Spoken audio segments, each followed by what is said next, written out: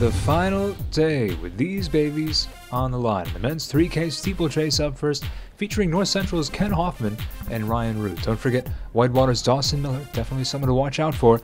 He'll cause the water to splash down before anyone else on lap 3, with NCC's duo 3rd and 4th. And a lap later, building on his lead with Root and Hoffman on his tail in 6th and 7th.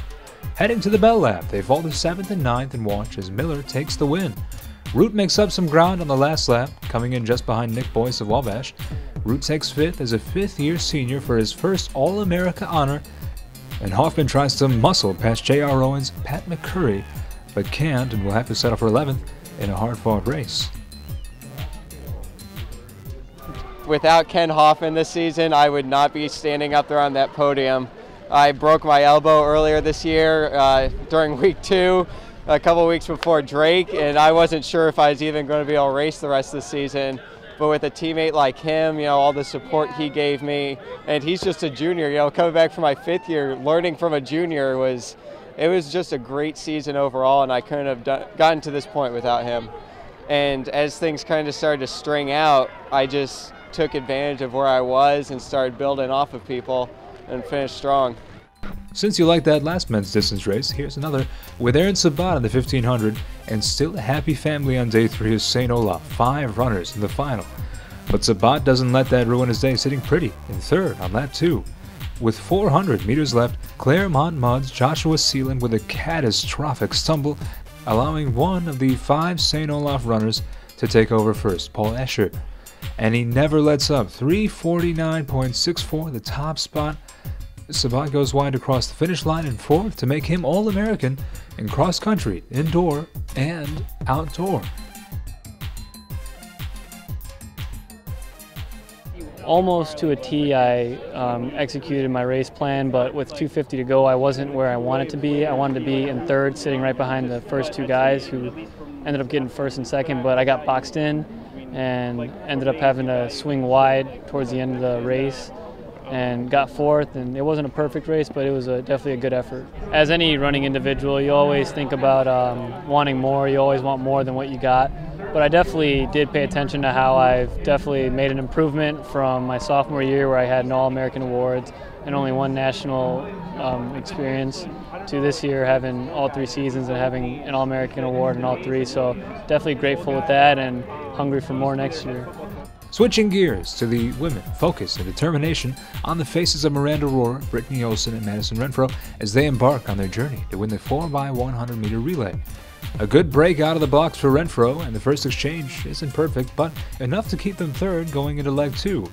Then Rohr hands off to Olson, and that one's clean, but Sada again can't beat Wisconsin Eau Claire's Carly Failer, who helps her team to take 1st place in 45.90 seconds. North Central breaks the school record, taking 4th place.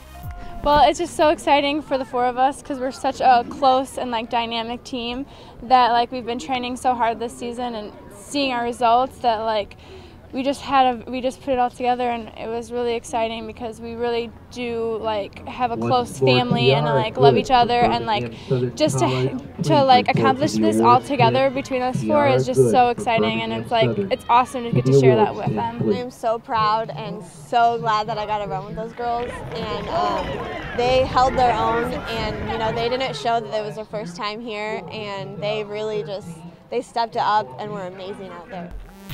Renfro isn't done. She's still got the 100 hurdles, and heading down the runway at full flight, she's stuck in a duel with Adriana Wright of Lehman. And as they near the end, it's Lehman barely edging out Renfro with the lead. 13.62 seconds wins it for Wright.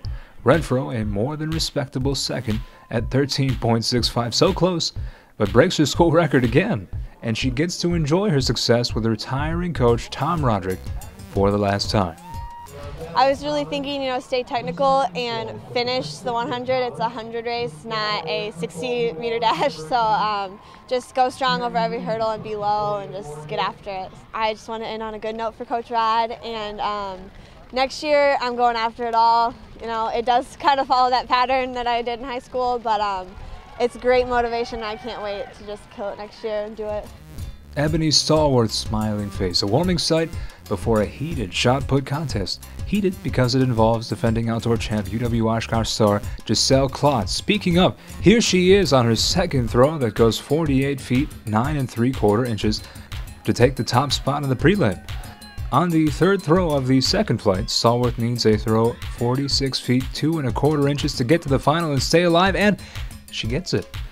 Then comes her best throw that puts her at her highest positioning of the day, 46 feet 6 inches, and suddenly she's in fourth. But Sheree Reeves from Concordia Moorhead, just too much to handle. A national title winning throw in the second throw of the finals, 49 feet 3 1/2 inches, just outstanding. But Ebony Stallworth taking spot number 6 on the leaderboard and giving John Heisman some competition.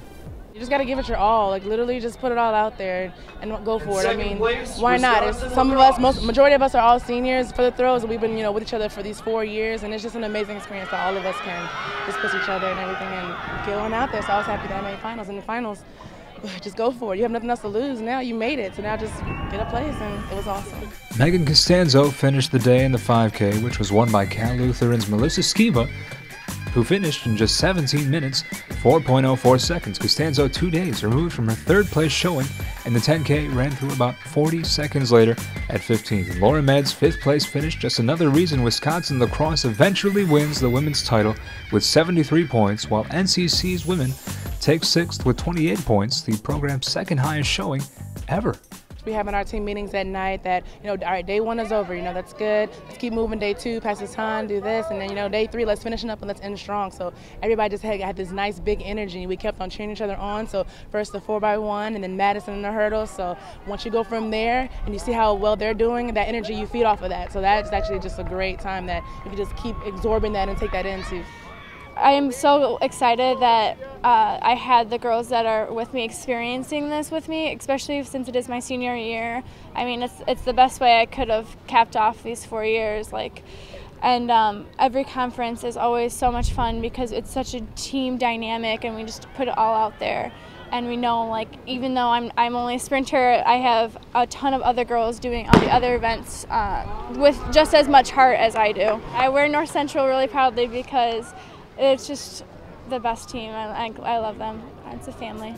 The men had 2 events down the stretch to try and make the team podium. First up, Femi Oyuwale, ranked 20th for the high jump, and the top-ranked athlete Robert Pinto hoping to make Stevens Institute proud. But quite a story, it turned out to be a shocking struggle for the talented young man, as he failed to clear past 6 feet 4 3/4 inches and ends up 17th. Femi, though, man, he turned some heads. He hits the same height Pinto hit, then he goes one better, hitting 6 feet 6 1/4 inches, and just can't clear. 6 feet 7 1/2 inches, 2 spots short of All-American. Regardless, what a day for an under-the-radar athlete, and what a day for this guy, Robert Starnes from Wisconsin Whitewater, really earning the crowd's devotion and adoration toward the end of the high jump, because he hits on a whopping 7-foot-1/4 inch jump. Wow, your winner, ladies and gentlemen. One more 5K to get to, featuring Travis Morrison, who won this thing at indoor. Eau Claire's Josh Thorson, ready to give him a bit of the business. With 8 laps to go, Morrison running in 8th and getting ready to make a push.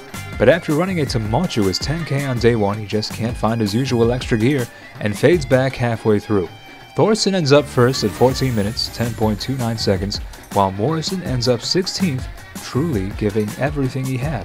Just like the women's side, Wisconsin lacrosse wins with 71 points. NCC finishes the outdoor campaign tied for 7th with 22 points.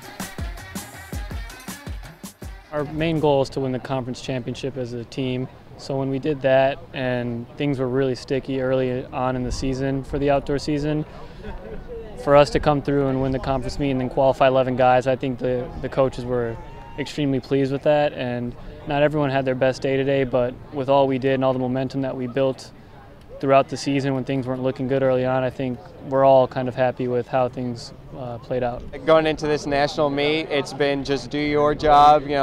We're all out there cheering for each other. I could hear them in the stands every lap, and that was great motivation. But as for approaching the race and approaching the team aspect of the meet, it's just do your job.